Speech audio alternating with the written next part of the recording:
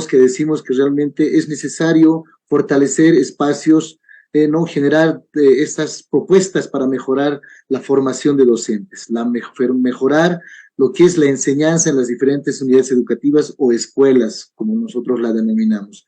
Bienvenido, licenciado Rubén Darío Reyes. Tenga usted muy buenas noches, agradecido por su presencia en este espacio, ¿no?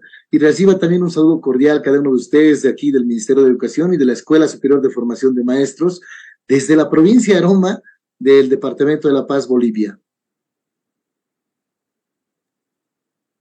Bueno, buenas noches para todos, ¿no?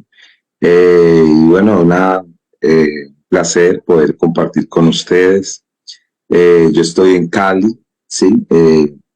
En Cali, Colombia, y bueno, para mí es un verdadero privilegio en estos espacios, el poder hacer parte de estos espacios, porque resulta que estos espacios de intercambio culturales son los que nos van a permitir enriquecer nuestro quehacer pedagógico, ¿sí? Y esta herramienta de la virtualidad es una herramienta hermosísima, sí, es maravillosa, que nos dejó pues la pandemia, una enseñanza valiosa, esto de la virtualidad que ya estaba, pero que sobre la marcha nos tocó pues empezar a acomodarnos y aprender, porque esa es, yo creo que la función también de un docente, ¿no? De saber cómo utilizar las tecnologías, cómo actualizarse día a día, y pensarse en la forma en que los estudiantes, como decía ahora la profesora Maritza, cómo hacerlos capaces de crear su propio conocimiento,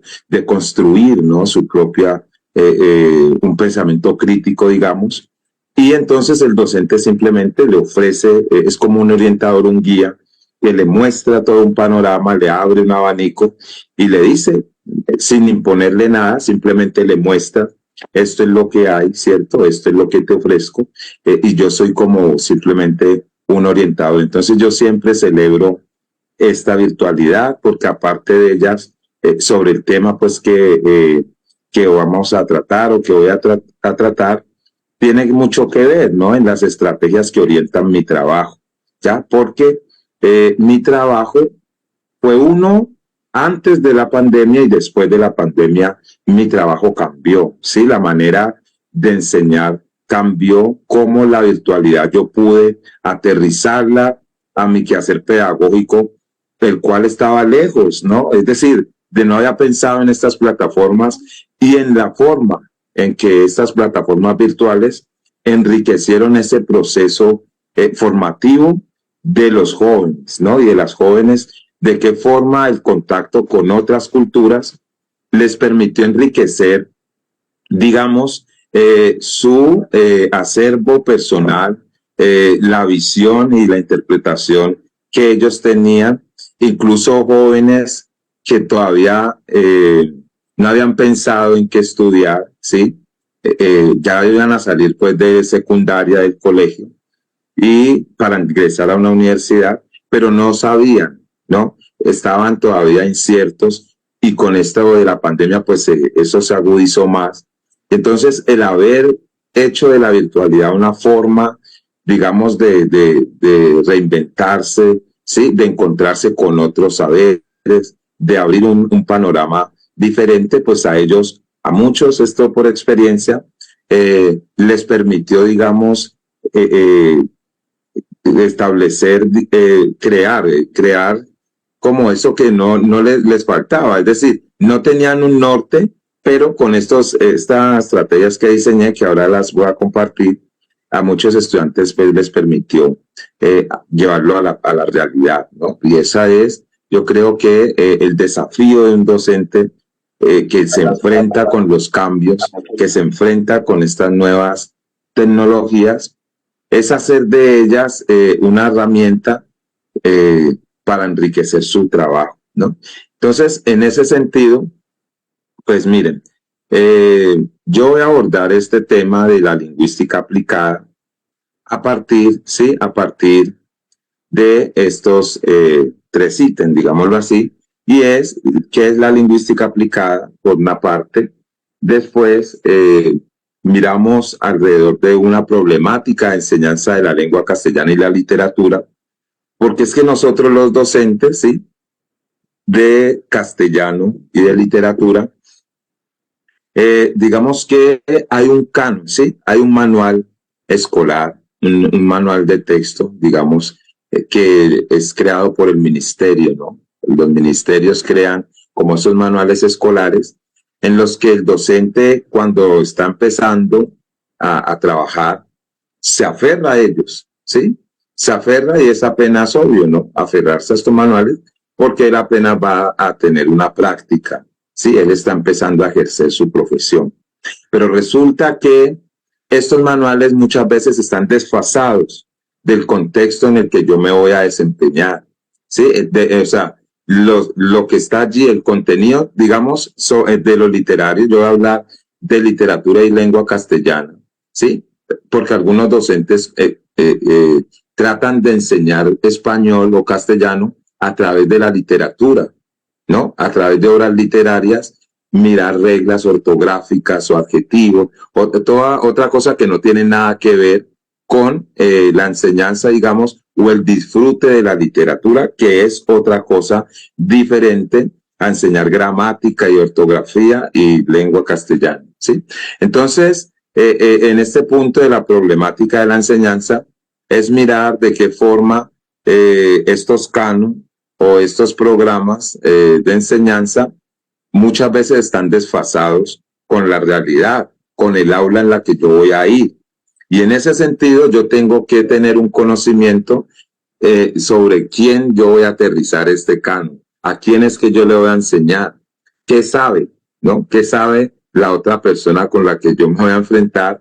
Porque yo de pronto cometí muchos errores hacía muchos años cuando empecé, y era por tratar de aterrizar ese canon, digamos, como a la fuerza, porque es un canon europeo, es un canon de otra parte, y unos autores con unos temas de otros lugares, y aterrizarlo a un contexto, por ejemplo, totalmente distinto y una cosa impresionante de cómo lo impuse, y esas clases eran aburridas, eran pesadas, los jóvenes, los niños no aprendían y les fastidió, y por eso no sabía dar de leer, ¿sí? Porque es que la lectura es dar de leer, ¿ya? Entonces, cuando yo la impongo y la vuelvo una obligación de autores y de textos que a los jóvenes no les gustan, porque allí pasa otra cosa, y es el gusto tiene que ver mucho con mi trabajo, ¿ya? Y eso yo lo he ido haciendo a lo largo, pues, de mi carrera,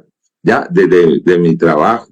Y entonces aferrado, y lo que hacía era tener unos conflictos con estos niños y estas niñas y jóvenes, porque eso estaba desfasado. Pero yo, aferrado al canon, tenía que introducirlo y tenía que cumplir con ese canon, ¿ya? Luego me di cuenta que yo podía formar mi canon, ¿no? Que yo podía crear mi propio manual de texto escolar. Entonces, a partir de un manual que me impone el Estado a través del ministerio, que saca pues los textos, de decir que se enseña, los estándares que miden, dice esto es lo que se debe enseñar, pues yo puedo adaptarlos, ¿sí? Puedo no aferrarme, sino que yo ya tengo en cuenta a quién le voy a enseñar. Y eso yo no lo hacía, y ese es un error garrafal de un maestro, ¿no? De no saber con quién va a dialogar, ¿ya? Ese es un error que yo cometía y que, bueno, lo aprendí pues sobre la marcha. Y lo otro es las estrategias, pues, que les iba a comentar, unas estrategias que son, digamos, experiencia de estos más de 20 años que llevo enseñando en distintos contextos, que me han servido, ¿no? Para, digamos, pulir o de alguna forma fortalecer mi trabajo, ¿ya? Porque mi trabajo principalmente es para los estudiantes, es para los jóvenes, ¿ya? O sea, lo que yo hago, todo gira en torno a ellos, y por eso ellos es que yo aprendo. Entonces, no voy a imponer nada, simplemente, como dije al comienzo, les voy a dar algo, ¿sí? Y ellos verán de qué forma lo utilizan. Entonces, miremos, empiezo definiendo lo de lingüística aplicada. Entonces, dice que pues es la que se encarga de determinar la adecuada articulación, ¿sí?, entre teoría y práctica. Al tener un carácter interdisciplinar, pues busca solucionar problemas referidos al uso del lenguaje, ¿no? Entonces, eso sí, liberó a la lingüística de otras ciencias, como la lógica, la filosofía, y además buscó mantener como, digamos, una ecuanimidad entre lo práctico y lo teórico, ¿ya? La lingüística teórica y la lingüística aplicada, las diferencias entre ambas, están subrayadas o están marcadas por intereses, planteamientos y objetivos.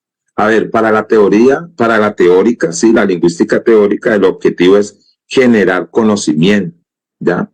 Es producir un saber. Y para la lingüística práctica intenta solucionar problemas con la aplicación de ese saber, es decir, plantear unas herramientas que permitan una adecuada estructura del lenguaje. Fernández en el 96, cuando mencionaba la lingüística aplicada, señala que entra en juego la didáctica de las lenguas, la lingüística clínica, la sociolingüística aplicada o la lingüística computacional e interrelacionada con otras disciplinas, ¿ya? Entre los aportes de los pioneros está el realizado por Bonfils en 1942, quien consideraba la aplicación de un método audio-oral. Sí, esta parte del oral es muy descuidada en el aula de clases, tanto como un modelo didáctico y enmarcado en principios conductistas planteados por Skinner, ¿no? En el siglo XX, no solamente como un aporte lingüística, sino también como un elemento que genera teorías del aprendizaje en la enseñanza de las lenguas. La gramática descriptiva planteada por Saussure es la que le permite el desarrollo del aprendizaje llevado a cabo. Entonces, allí encontramos el análisis y la producción de textos, centrándose en la lengua escrita, literario, no formal, y dejando al lado la intención comunicativa, la interacción, digamos, comunicativa. Es decir, que se establecen pues unos parámetros claros, ¿sí?, entre lo que es la lingüística teórica y la lingüística aplicada. Entonces, yo comencé diciendo que a veces los maestros hemos confundido, ¿cierto?, las clases de literatura con las clases de lengua castellana, ¿ya? Entonces, de pronto, para mí es muy fácil llegar, y como llegaba siempre al poner estos manuales, estos autores, entonces lo que yo buscaba con estos autores o con estos tipos de textos, muchas veces no era ni siquiera leerlo e identificar unas estructuras literarias y unos textos literarios, sino más bien cómo suplir esas necesidades de la lengua castellana. Entonces, a partir de estos textos, de estas lecturas de estos autores, entonces empezábamos a ver gramática, ¿sí?, los verbos, dejando la riqueza y la belleza de estos textos, de los textos poéticos, por ejemplo, en vez de disfrutarlo y de conocer, digamos, su estructura a fondo, la riqueza del lenguaje, entonces me iba por otro lugar, me iba por otra parte, que no había hecho, digamos, esa distinción entre literatura y enseñanza de la lengua castellana. Entonces, aquí es algo que me gustaría destacar, y es que, ¿de qué forma voy a enseñar literatura yo? Y ya entrando un poco a la problemática, ¿sí?, de la lengua castellana, ¿no? Entonces, como maestros, ¿cómo voy a enseñar yo literatura, ¿no? ¿De qué forma yo acerco a los estudiantes a la literatura? Entonces, hay un lugar común que, entre otras cosas, no estoy de acuerdo con ese, digamos, ese es un comentario de pasillo, ¿no? De que los jóvenes no leen y que los estudiantes no leen hoy en día, que qué vamos a hacer, no leen, es que ya casi no leen.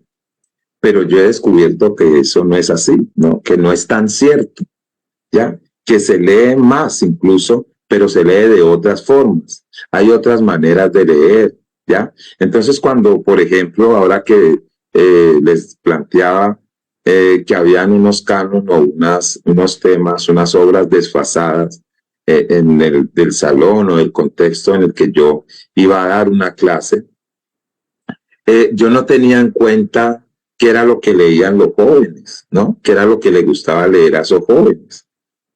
Y entonces allí era el problema porque de 40 personas o de 30 solamente leían 5. Conseguían la obra que estaba, pues, digamos que había una obra eh, programada para ese curso, ¿sí? Para ese curso específico, porque así lo había decretado el canon, ¿no? Para este curso, tal obra, tanto tiempo, y estas son las actividades. Eso es en el manual de texto. Eso es con lo que se encuentran los docentes, ¿no? Con el manual, que como te dije al comienzo, les dije al principio, yo me aferro a él porque estoy haciendo mi práctica, pero yo después entiendo que yo mismo puedo elaborar mi propio manual. Entonces, claro, yo imponía esa lectura porque era una imposición y los demás no la leían. Era el 70-80% no lo leía. Y el experimento lo puede hacer cualquiera, ¿no? De ir a imponer un texto, a obligar a unos jóvenes, a unos estudiantes a leer, a ver si todos lo leen o lo leen de la misma forma o de la forma como debería leerse la literatura. Entonces, claro, todo ese porcentaje no lo leía y muchos copiaban o leían resúmenes o, bueno, encontraban otras formas de hacerlo. Pero yo me di cuenta, ¿no? Digamos, con el tiempo, de que habían otras personas que también habían leído, que es que los estudiantes también leen y a veces más que algunos profesores. Y entonces, claro, y es fácil decir, no, es que casi no leemos, ¿no? Pero si yo me pongo a la tarea de ver, ¿sí? E incluso de preguntar y de conversar, ¿no? Porque es importante saber a quién es que yo voy a enseñar, con quién es que yo voy a llevar mi conocimiento. Esto es bien importante para para los docentes, ¿no? Para la práctica, porque esto es una experiencia. Entonces, cuando yo hablo sobre la experiencia, es algo que seguramente no es una verdad absoluta, obviamente, pero que tiene una constante, ¿sí? En esa práctica, pues, docente. Entonces, cuando yo converso con ellos y empiezo a mirar sus gustos, a tenerlos en cuenta, a mirar qué es lo que les atrae, cuáles son como los temas de interés, yo puedo ir construyendo a partir de esas obras de la literatura universal, obviamente. No es que no vamos a leerlo, lo vamos a leer, ¿sí? Pero resulta que en esas obras de literatura universal y esos autores hay temas también que a ellos les interesa a los jóvenes de ahora. No todos, seguramente los que impone el canon, pero yo debo de seleccionar y además preguntar qué están leyendo. ¿Ustedes qué están leyendo? ¿Sí? ¿A ti qué te gusta leer? ¿No? Y me doy cuenta ya de que nosotros sabemos que la literatura gira en torno a dos grandes temas, que es el amor y la muerte, y que de ahí se desprenden otros temas, que la diferencia radica en cómo cuento las historias, ¿no? Cómo abordo esos temas. Entonces es lo que los jóvenes leen, son los mismos temas de la literatura, pero digamos contados de otra forma. Entonces esa es mi función como docente, encontrar ese interés en los jóvenes de saber qué voy a enseñar yo, ¿sí? Porque entonces, si yo no tengo en cuenta eso como docente, voy a chocar con ellos, las clases no me van a salir bien, van a ser aburridas, me van a coger pereza, no van a asistir, no van a, bueno, voy a tener una cantidad de problemas en las que yo después digo que el culpable son los estudiantes, ¿no? Porque es muy fácil, decir, no es que ellos no leen, no es que no trabajan, no es que les da pereza, pero entonces no veo que es que yo estoy haciendo algo mal, ¿no? Porque yo como docente también me equivoco cuando no escucho a los estudiantes, ¿no? Cuando yo creo que este canon y que este modelo es el que yo tengo que aplicar allí, sí o sí. Cuando yo me cierro a imponer una idea sin dialogar, yo cometo un error garrafal, ¿sí? Terrible cuando yo no cuento digamos, los intereses, las emociones y el contexto en el que se mueve un joven. Yo tenía preparada los docentes, miren, yo tenía unas clases preparadas.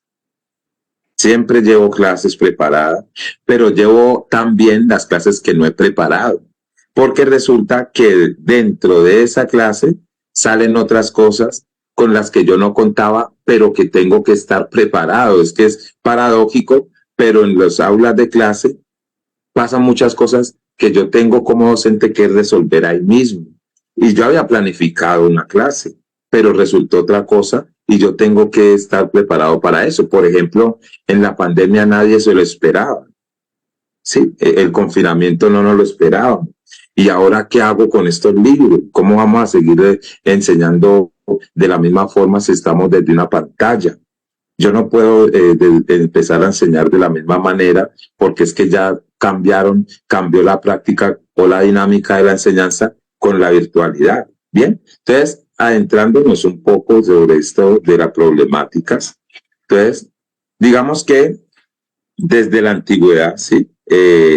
La enseñanza de las distintas disciplinas se ha presentado ante los alumnos como un acto académico, ¿ya? Incorporando al ámbito escolar las propuestas teóricas de los especialistas y las alternativas didácticas que responden a los paradigmas psicológicos imperantes. Entonces, lo que estoy diciendo es que hay unos paradigmas que son imperantes en la sociedad y que y que el maestro, como sea, va a imponer de esos paradigmas, ¿no? No se sale de ese esquema. Es decir, que yo como profesor me transformo o me convierto como en un eco, ¿sí? Y repito modelos sin comprobar su factibilidad, ¿ya? Su pertinencia y su validez. Entonces, yo voy a aterrizar este modelo a una zona rural, a una zona que es de un pueblo, de unos campesinos y unos niños campesinos, pero este modelo no se acopla, no se adapta allí. Y yo voy a hacer, el problema es, porque estamos hablando ya de la problemática, es que yo me convierta a un eco y que repito esos modelos sin contar, ¿sí? Con la factibilidad y con la pertenencia a este modelo. Entonces, la función del docente, específicamente en el área de la lengua, grosso modo, ha estado y está divorciada en la investigación. Sin embargo, los resultados, y esto aquí es fundamental reflexionarlo, ¿no? Porque los resultados académicos, las realidades educativas y la necesidad de impulsar un cambio en el trabajo del aula nos impelen en la búsqueda de interactuar, docencia, investigación, que vaya más allá de dar clases, ¿ya? Entonces, esto es una investigación del docente. El docente es creativo e investigativo. Investiga en el sentido de que su función no es solamente dar clases. Su función no solamente es tabular unos resultados, ¿ya? Su función no es solamente sacar, digamos, unas notas, una puntuación. Entonces, la educación en general, ¿sí? Y la enseñanza de la lengua, en particular, no pasan por mejor momento si nos atenemos a los resultados en repitencia, la deserción escolar, ¿no? La selección de carreras, porque los jóvenes no salen con muchas dudas y con muchos vacíos. Incluso cuando llegan a la universidad, también llegan con dudas, con incertidumbres, y resulta que cuando están en el primer año, en el segundo año de su carrera, ocurre la deserción o cambio de carrera, o eso no era lo que yo quería. Bien, esos son los resultados de este trabajo, que es un problema que tiene que ver con la investigación, ¿no? Entonces, la selección, la calidad de los egresados, de los diferentes niveles y las modalidades del sistema educativo. Entonces, digamos que sobre el manejo y el dominio de las macrohabilidades, el hablar, el leer, ¿cierto? Escuchar, dejan al descubierto unas fallas profundas, digamos unas grietas en la comprensión de textos utilizados en el ambiente escolar. problemas en el uso del léxico, deficiencia en la elaboración de un discurso hablado, incapacidad para articular con adecuación, coherencia y cohesión un texto, ¿sí? Un texto escrito, ¿listo? Entonces, amén de las faltas en la aprobación, digamos, en apropiarse de los aspectos relacionados con lo morfológico, lo sintáctico, lo psicológico, puntuación y ortografía. Entonces, todas estas son carencias que se dan porque lo mencionaba anteriormente, ¿no? Porque la función de un docente no solamente se limita con tabular unos resultados. Bueno, entonces la aparición y la aplicación de nuevas PENSA caben diversas reflexiones, ¿sí? El plan de estudio que se ejecuta en los departamentos de literatura, ¿sí? En los programas de la lengua, de los ministerios, voy a hablar en un solo ministerio a nivel latinoamericano, permite al menos hablar de un allanamiento, una actualización en los contenidos que comprenden los diversos programas. Las teorías lingüísticas más en boga, ¿sí? Ocupan su espacio y aparecen, digamos, como soporte del discurso académico, ¿ya? Entonces, los títulos de algunas asignaturas son sugerentes, por ejemplo, producción y comprensión de textos, análisis del significado, y apuntan al menos en el deseo y en la intencionalidad hacia la búsqueda de respuestas a los problemas que mencionaba pues más arriba.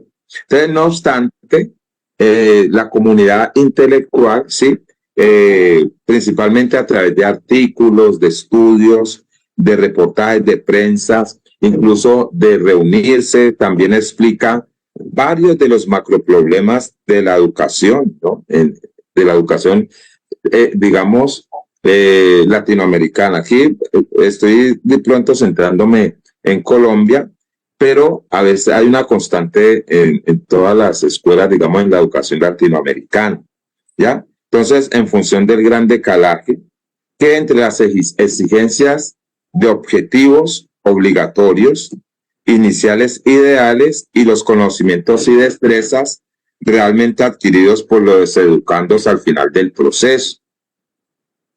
Entonces, en el área del conocimiento de la lengua y la literatura sigue planteándose una serie de problemas que ameritan una pronta respuesta, ¿ya? Entonces, aquí también vuelvo digamos, a recalcar lo siguiente, y es que yo como maestro de literatura, digamos, de lengua, sí, y de otros saberes, pero aquí específicamente de lengua, literatura, tengo que leer, ¿no? O sea, tengo que, al menos, tener un bagaje, digamos, literario que me permita entonces seleccionar de esas obras y dar de leer, como dice Daniel Pena, a los estudiantes, ¿ya? Dar de leer, pasarle, cómo transmitirle ese gusto por la lectura a los estudiantes con los que, si yo entro a repetir lo mismo que no les gustan leer, pues va a ser muy difícil pasar ese gusto, ¿no? O hacer que ellos digamos, se entusiasmen con un texto. Entonces yo comienzo aterrizando esa historia, ¿sí? La historia o el libro que vamos a leer a la actualidad o a familiarizarlos con algo que ellos conozcan, ¿no? A empezar a investigar o a diseñar estrategias para hacer que ellos se sientan motivados por estas lecturas, ¿ya? Entonces, en el terreno de la lengua materna, ¿sí? Contrastan las altas metas para seguir con esta problemática teóricas del programa de castellano y literatura con orientaciones en sociolingüística, pragmáticas y textuales por un lado y la práctica diaria por el otro, ¿sí? Que revelan la preparación de los alumnos notables dificultades instrumentales para redactar sin errores de ortografía y puntuación, utilizar formas verbales irregulares y, en general, estructurar coherentemente cualquier texto. Estos desfases de los que vengo hablando, de los que vengo señalando, constituyen un eslabón de una cadena de otros similares. Entonces, la preocupación por aplicar prematuramente los más recientes avances de las disciplinas lingüísticas a la enseñanza de la lengua ignora la cuestión de la aplicabilidad de las teorías, ¿ya?, al trabajo del aula. Yo creo que esto es bien importante tenerlo en cuenta, ¿sí?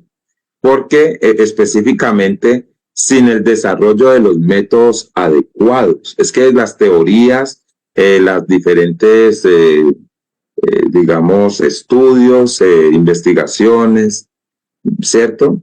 Todo esto yo tengo que tener un método para aplicarlo y yo no tengo que desconocer de qué manera yo voy a aplicar estas teorías o estas nuevas, o digamos, estas propuestas o estos proyectos educativos, porque es que no todos los contextos son iguales. El desconocimiento de esto hace que se produzcan estos desfases que mencioné más arriba, ¿no? Entonces, la actualización teórica, digamos, de los planificadores, a su vez contrasta con la notable carencia teórico-prácticas de algunos docentes, ¿ya? En ejercicio a menudo ajenos, como se puede evidenciar en varios contextos, al devenir científico y humanístico en el mundo, ¿bien? Aferrados a los conocimientos adquiridos que muchas veces de hace mucho tiempo, ¿ya? Entonces, en suma, para ir sintetizando, digamos, estas problemáticas, el área del conocimiento de la lengua y la literatura sigue planteando una serie de problemas que ameritan una pronta respuesta para que los disensos, las faltas, las carencias y la pobreza lingüística, digamos, no siga predominando en los egresados de los diferentes niveles, ¿ya? Y las modalidades de los sistemas educativos, por ello lo que busca es reflexión, se busca es la reflexión sobre la enseñanza de la lengua y, digamos, las dicotomías generadas entre diferentes concepciones y modelos de aplicación. ¿Por qué surgen estas dicotomías en modelos de aplicación de enseñanza o sobre las concepciones que se tienen? ¿Por qué se da un abismo a veces? Y es precisamente porque no todos los modelos son aplicables a todos los contextos. Es como lo que yo he podido evidenciar en este tiempo, ¿sí? Entonces, teóricamente, es a partir, digamos, de los, ya haciendo aquí un recuento, de los 70, cuando se pone en evidencia que una de las maneras más intensas, la contraposición entre las teorías lingüísticas, las teorías mencionadas anteriormente, dicha confrontación giró principalmente en torno a ideas chomskianas, ¿sí? Que para ese entonces estaban en discusión por la aparición de los aspectos de la teoría de la sintaxis en el 65. Entonces, en el centro de interés que hasta en ese momento se había ubicado en la estructura de la lengua, se desplaza, digamos, hacia el uso de la misma y la actuación de los hablantes, lo cual trajo como consecuencia una serie de implicaciones teóricas y metodológicas, ¿ya? Teóricamente hay un gran viraje, hay un giro entre lo propuesto por Chomsky, ¿sí?, y las concepciones defendidas por los etnógrafos, ¿ya?, sociolingüísticas, pragmáticas y teóricos de la ciencia del texto. Para Chomsky, la lengua es una estructura y establece como objetivo primordial la teoría lingüística. Bien, el estudio de la competencia lingüística entendida por el mismo autor.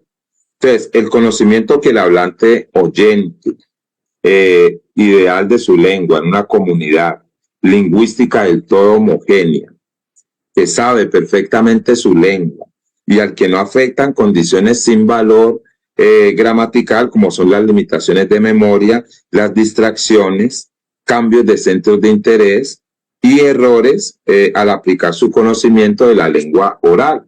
Bien, entonces, bueno, aquí voy a orientarme un poco ya, ¿sí? Sobre el contexto en el que se ven y las estrategias que orientan, digamos, el trabajo y qué estrategias se supone o qué estrategias podría yo implementar, ¿sí? ¿Qué estrategias podría yo pensar?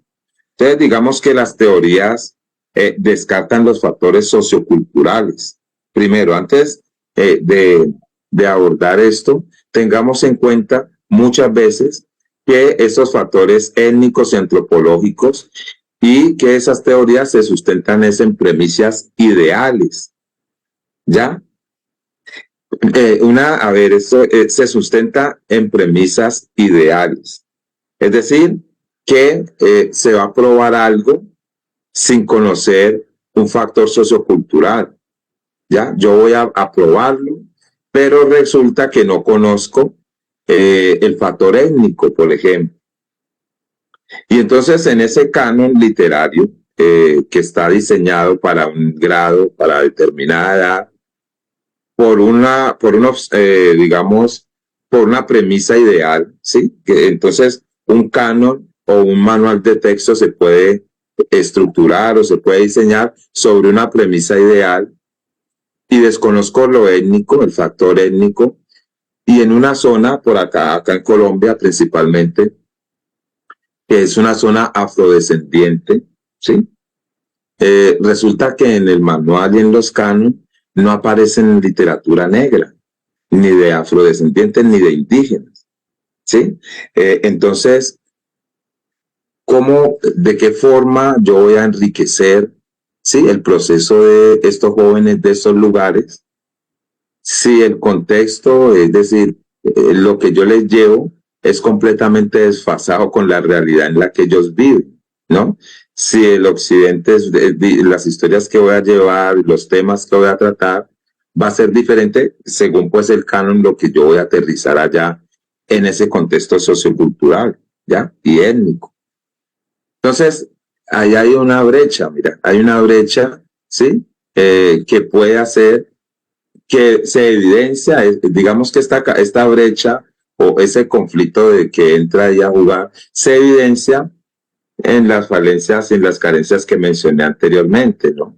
En la falta de producción, la comprensión en los textos, la gramática y toda esta serie de cosas que hacen que el trabajo se vea entorpecido por el desconocimiento, pues, y por ir a aterrizar premisas ideales. Entonces, muchos otros, digamos que la heterogeneidad como una característica de la comunidad y de la lengua hablada por sus miembros.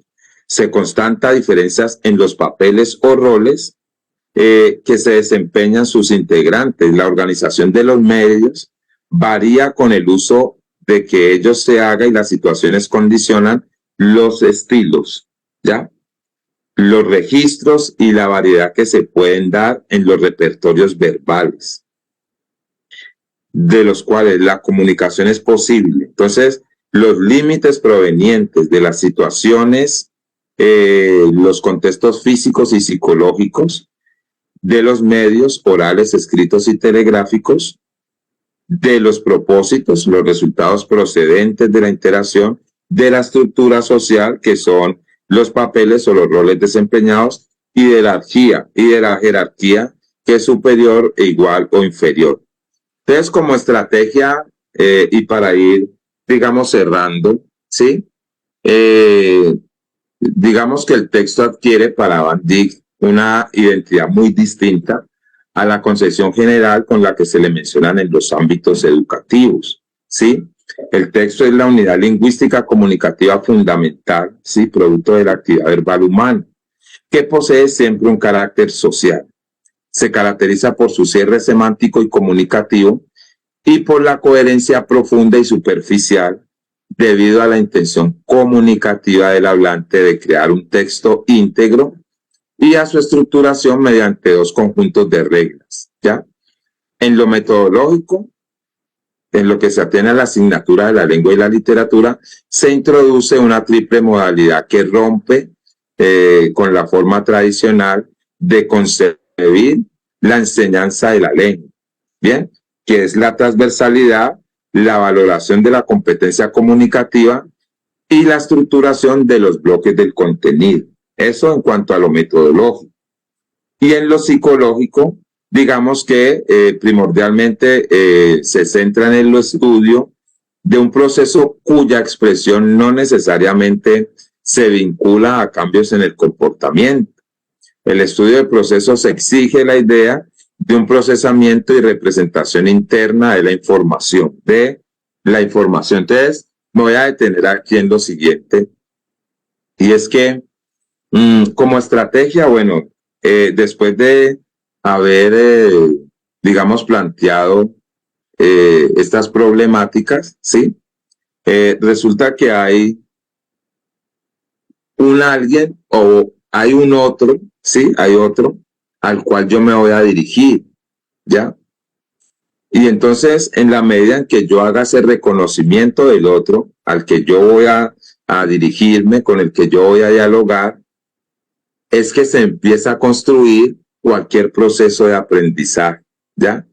Un proceso de aprendizaje se construye en la medida en que yo haga un reconocimiento del otro, a quien yo le voy a dirigir, con el que yo voy a aprender día a día, ¿no? Porque es que para un docente lo más enriquecedor es que después de salir de una aula de clase, salga con un aprendizaje, salga con algo nuevo, ¿ya? Entonces, la virtualidad llegó y teníamos una manera de enseñar, ¿sí? Yo tenía una forma tradicional, digamos, la misma forma en que siempre lo había hecho, pero la virtualidad exigía, esto de la pandemia que nos confinó, la virtualidad exigía reinventarme mi forma de enseñar, ¿no?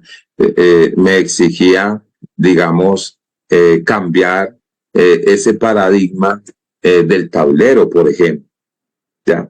Y el del pizarrón y de la almohadilla, ya de los marcadores.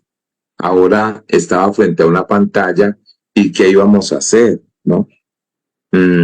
Si no leían libros, decían, ¿no? Se decía, ahora cómo van a leer aquí en a través de estas pantallas, pero resulta que es que los estudiantes, el gran porcentaje de su tiempo están conectados, ¿ya?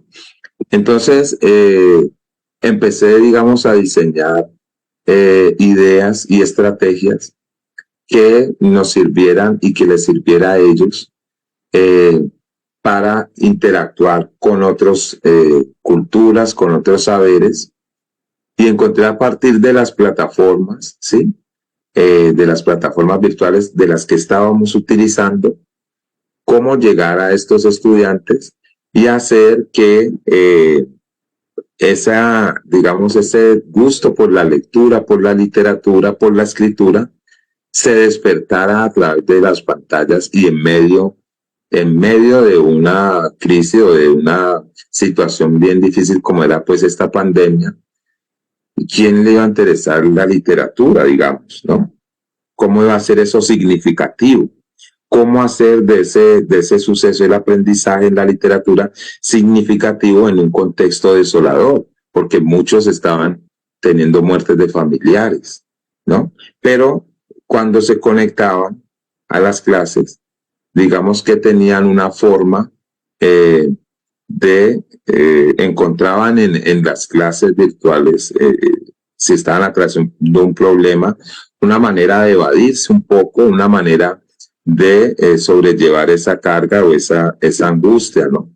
Entonces, hagámoslo significativo, pues entonces los acerqué con otras culturas, con otros saberes, que pudieran hablarles y que pudieran, digamos, despertarles ese gusto por la lectura y por la escritura que dormían muchos, pero que no se había despertado porque no se habían dado la oportunidad de hacerlo. Entonces, cuando un estudiante puede interactuar con el autor del libro favorito, ¿sí? Por ejemplo, ¿no?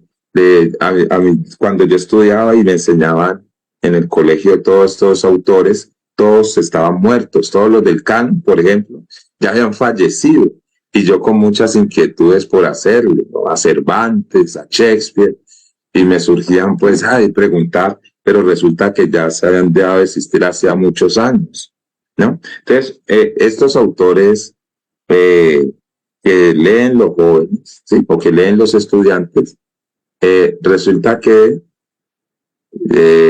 se puede hablar con ellos, ¿no? Se puede interactuar con ellos. Y aún más se puede decirles cómo escribir, ¿no? ¿Cómo escribes tú? ¿Cómo haces tú para yo también, digamos, tener una idea de hacerlo? Porque a mí me interesa.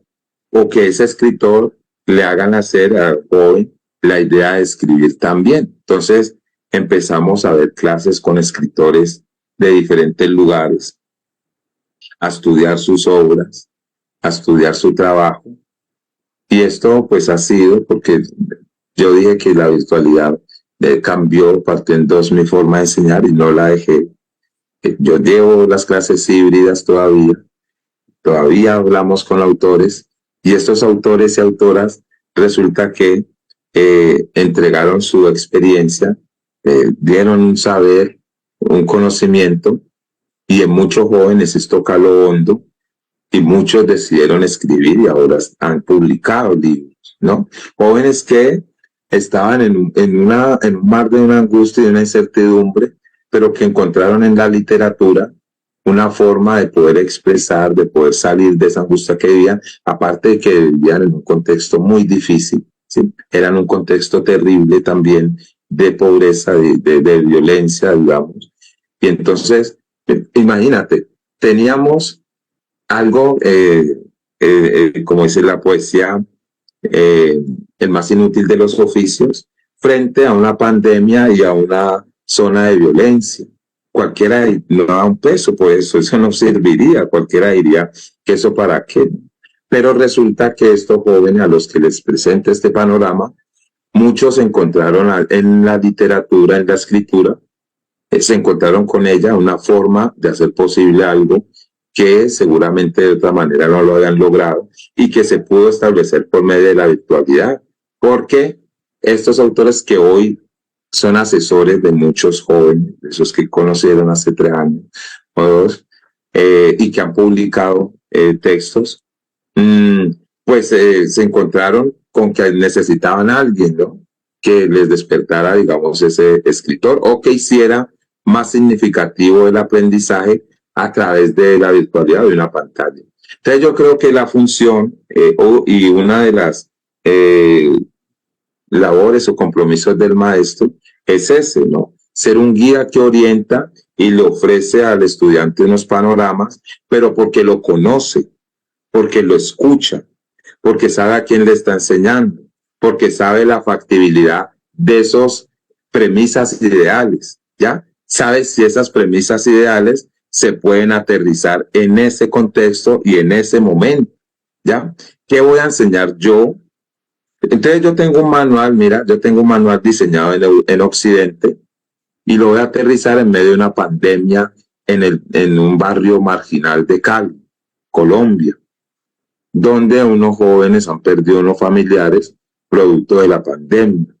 Y entonces resulta que yo voy a coger unos autores y voy a enseñar eso, pero eso está desfasado con ese joven en ese momento. Pero si yo cambio eso, cambio ese paradigma, y yo sé qué le está preocupando, qué le siente, en qué contexto vive, cuáles son sus emociones, qué le puede interesar, y habla con alguien que también lo entiende, que es esos escritores a los que llevé de México, de Argentina, de Chile, de todos que estaban viendo lo mismo, y que hablaban y que escribían y que hagámoslo. Entonces se hizo más significativo. Y muchos que no les gustaba leer, incluso leían, empezaron a leer más, ¿no? Porque se hace en realidad. Y yo dejé el canon a un lado, ¿no? Yo lo dejé esos autores y cogía, seleccionaba, porque el maestro está en su capacidad de elaborar un canon y seleccionar. de aquí esto va, de aquí esto no, esto es pertinente, o esto voy a añadirle al canon, ¿sí? Esto lo voy a añadir porque sé las necesidades, porque conozco si es viable o no es viable esta premisa ideal. Entonces, bueno, para mí fue pues todo un gusto siempre abordar estos temas de la enseñanza de la literatura, porque siempre es interesante reflexionar sobre este tema que todos los días hay que estar renovándose, actualizándose. Hay muchísimas formas de hacer que un joven, de hacer la literatura significativa, de hacer el aprendizaje o la enseñanza de la literatura significativa. Hay innumerables estrategias que tienen que ver con las nuevas tecnologías, con el uso de las nuevas tecnologías, aunque en este pleno siglo XXI algunos docentes se muestren reacios a utilizar el celular, por ejemplo, en las clases, a darle un uso adecuado al celular. Es un proceso, eso es un proceso, y yo tengo que entender que no estamos seguramente todavía, ¿no? Digamos, acostumbrados a utilizar estas tecnologías en el aula, pero tengo que aterrizarlas, ¿ya? Si yo me interpongo en eso, sería para mí un retroceso en la educación si yo no utilizo las nuevas tecnologías, ¿ya? Porque me vuelvo obsoleto, me quedo como en lo tradicional, y eso ya los jóvenes de hoy, yo tengo que hablar su mismo idioma. La generación de hoy no aprendió como yo aprendí. El aprendizaje es muy diferente. Como me enseñaban a mí en hace muchos años, no le enseñaban a estos jóvenes ni a los niños. ¿Ya? Entonces yo tengo que tener eso en cuenta para mirar si esas premisas ideales son factibles o no son factibles de aterrizar. Bueno, licenciado Reinaldo, esta ha sido mi intervención. Yo les agradezco pues, y te agradezco a ti principalmente, y les mando un saludo desde acá, desde Colombia. Bueno, muchísimas gracias por esas interesantes, realmente importantes cuestiones que usted acaba de compartir.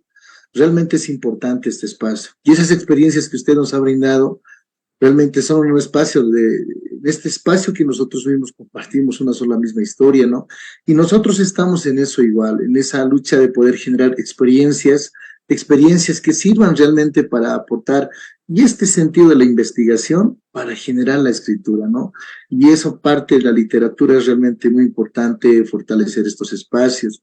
Realmente tal vez, a modo de concluir unas palabras también, yo les agradezco encarecidamente a cada uno de ustedes por la participación, por su presencia. Realmente ha sido importante generar estos lazos de amistad principalmente.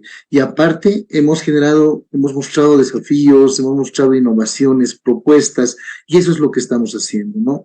Gracias por compartir. Si tuvieran alguna palabra, muchas gracias a la doctora Marilsa Suano también, Silvane, una compañera, muchas gracias, doctor Joao, Enrique, Rubén Darío desde Colombia también, gracias por habernos acompañado en este espacio, gracias por esa experiencia que ustedes tienen, esa valiosa experiencia que nos comparten a cada uno de nosotros.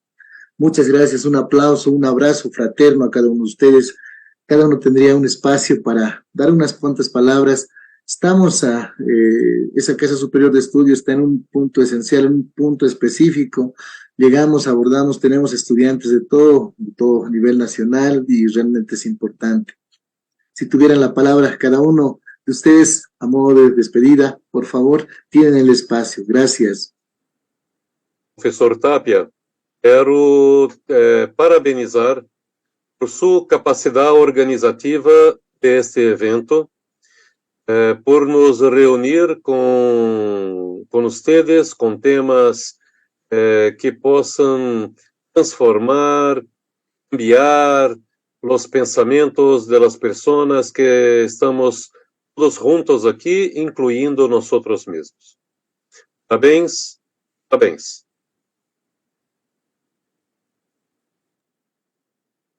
Felicito a todos, agradeço, cumprimento o nosso companheiro da Colômbia, professor Rubem, uma alegria ouvi-lo.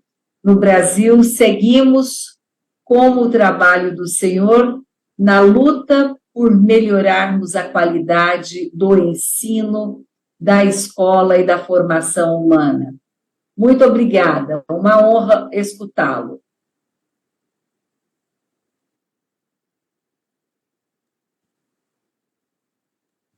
Muchas gracias por todos los que están presentes en esta conferencia.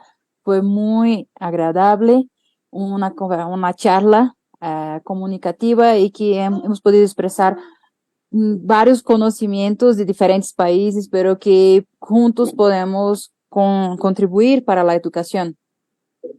Muchas gracias a todos.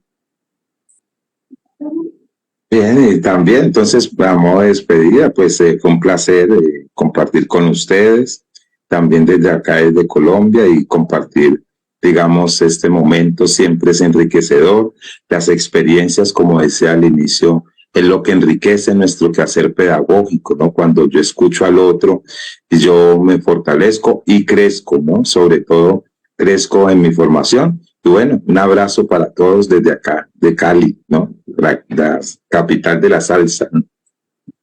Excelente, muchísimas gracias.